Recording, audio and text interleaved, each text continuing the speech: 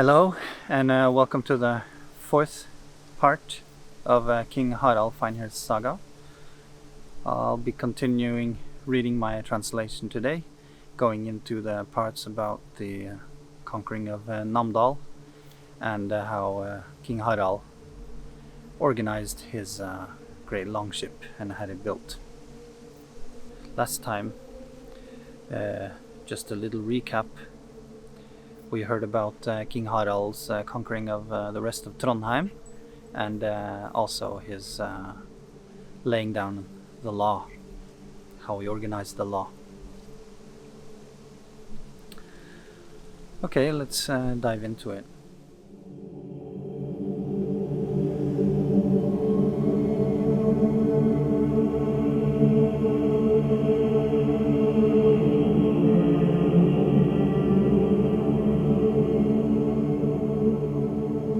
Harald wins Namdales Fylke.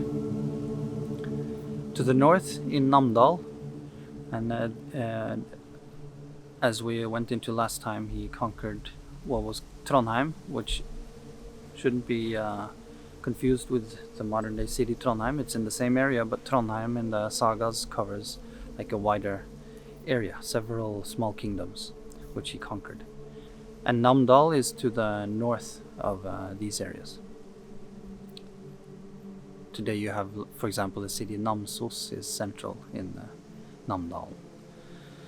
To the north in Namdal, two brothers were kings, Harlaug and Rollaug. They had spent 3 summers erecting a mound of rocks, lime and timber. Just as the construction of the mound was finished, they heard news that King Harald was on his way with his army. King Harlaug then let the mound be filled with large amounts of food and drink. After that, King Harlaug entered the mound with 12 men and ordered it closed shut. King Rollaug went up on the mound the kings were used to sit on. He ordered the king's high seat erected and seated himself there.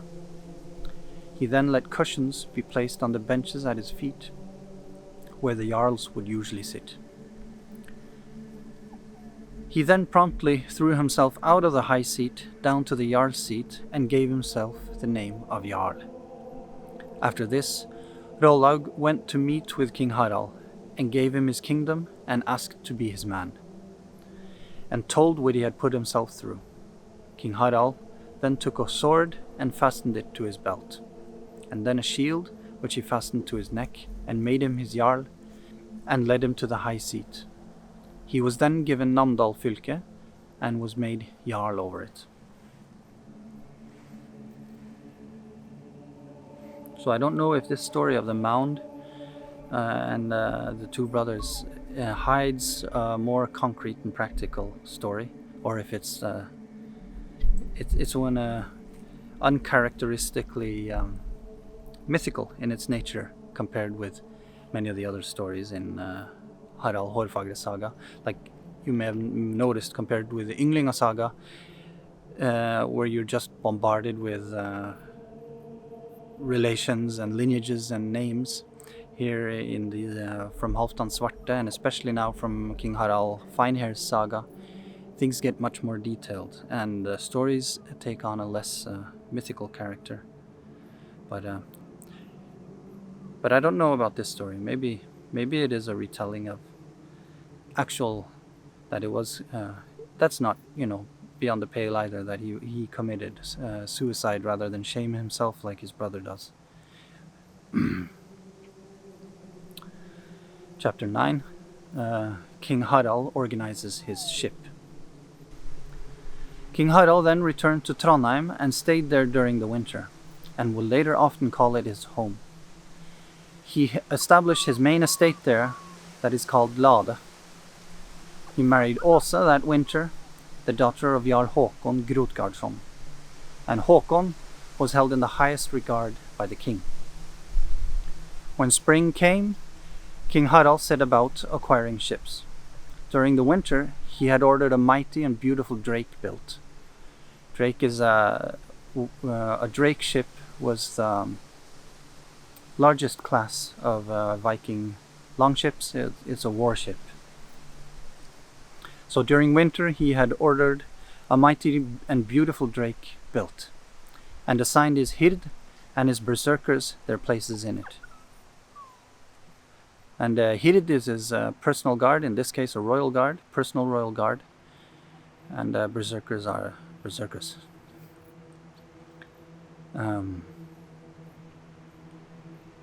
Special attention was given to the bow holders as they held the king's banner. And the bow holders, I've translated it in Norse, it's stavnbuar, and what it means is those who live in the bow of the ship at the front. And these warriors were always carefully chosen, because that was at the front by the bow was where the hardest fighting would usually be. Special attention was given to the bow holders as they held the king's banner. Behind the bow and back towards the bilge room was called the rausen. In this area the berserkers were placed. And a bilge room is to drain out water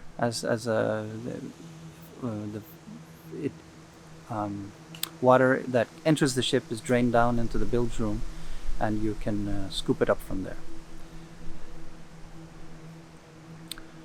The only ones who could join King Harald's hird were men of excellence in strength and courage and all kinds of skills. Only these could join his ship, as he had many to choose from for his hird from all the fylkes he ruled.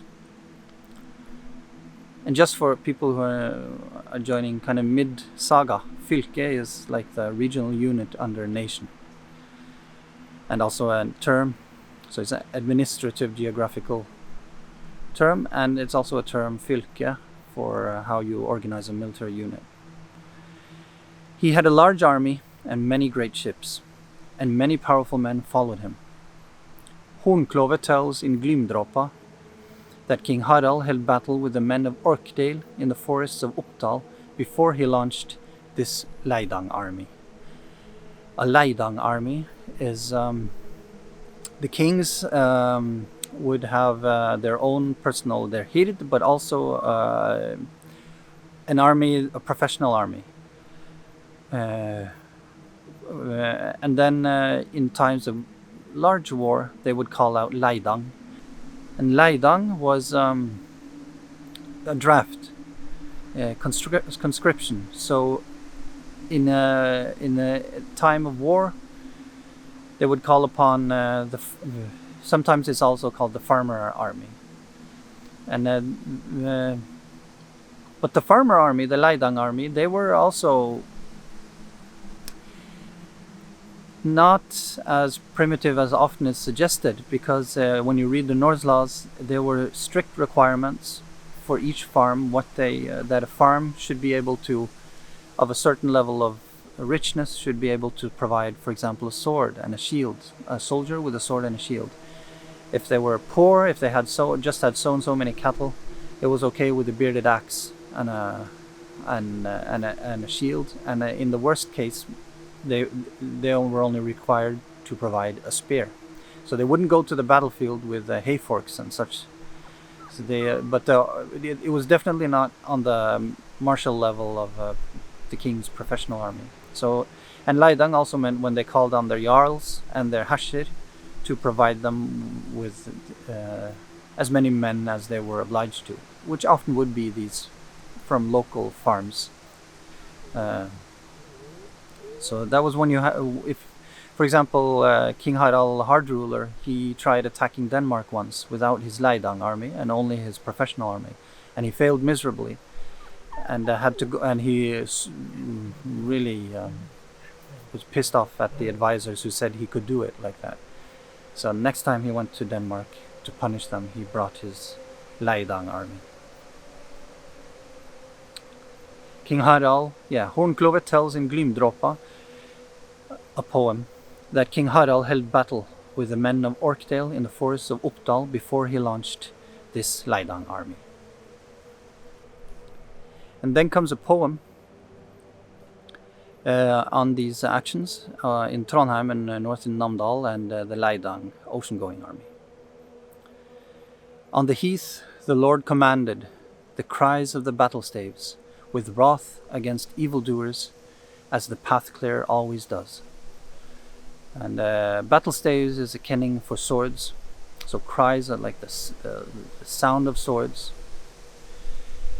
And path clear is a kenning for the Lord, because, well, my interpretation, it's a vebrautar. It means to clear a path in a forest for a road, for example. And this was what kings often did, make the king's roads and make national infrastructure, basically. This was before Grimni's horse with rising voices rode in splendor to battle on the skis of the ocean steed. And here Torbjörn Hornklovi is saying this was before Grimni's horse, which is a kenning for ships, with the rising voices rode in splendor to battle on the skis of the ocean steed. And rising voices rode, so it was full with an army. So what happened in Orkdale and in the Trondheim area was Hornklovi's accentuating that it was before the land actions came before the ocean actions. So apparently there was some dispute on the chronology back in the time. Skis of the ocean steed, the boats, again a kenning for the boats. Voyager of clamor, the howling king charged the doomed band of thieves, the din of battle resounding on their path. Before setting to sea, to meet the man-hurting teeth of the seas, with the great adder at the bow, the path clearer drove his ship. And here also some convoluted kennings. It's a repetition, basically, again, saying the same in a different way that the first verse does. And Voyager of Clamor is like a war king on the road. Howling king charged the doomed band of thieves, so it's the enemy he's charging. The din of battle resounding on their path, and here is the kenning of Vebrautar is actually repeated. And before setting to sea to meet, so again emphasizing that it was before the land actions came before the sea actions. The man-hurting teeth of the seas, so these are stones in the ocean, so they're sailing out among the islands and the reefs with the great adder at the bow. And this is the Drake ship. The path clearer drove his ship, so the Vebrautar drove his ship.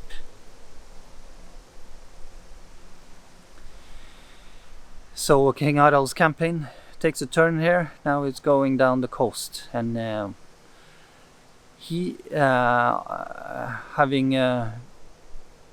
already gone in and conquered Trondheim, north of Dovre on land, which wasn't his areas, and set his base now in Trondheim at Lade, which continues to be like the power center for quite a while. And now he's going south. He might have a certain claim to Sogn, and he should have allies after his father, Halfdan the Black. But basically what he's going down to now are kingdoms, small kingdoms, where he has no sway, he has no claim, so it's just pure conquering without any claim. And these are powerful areas. He will be sailing down on Møre, and the Møre Jarls are the ones who went out and established themselves in Normandy. The Norman Jarls and the Norman lineage came out of Møre, according to the sagas. And then Going past Sogn and Hordaland, coming down to Rogaland, you come to also with Avaldsnes, where King Harald Finehair will hold his most important battle at one of the really old king seats at Avaldsnes in Norway, which goes back way back. It goes back to the Gothic times. You have a burial from about 200 AD with a chieftain with a golden necklace that weighed 594 grams, as far as I remember. Like a massive necklace, one of the most beautiful warrior princely finds ever in northern Scandinavia. And the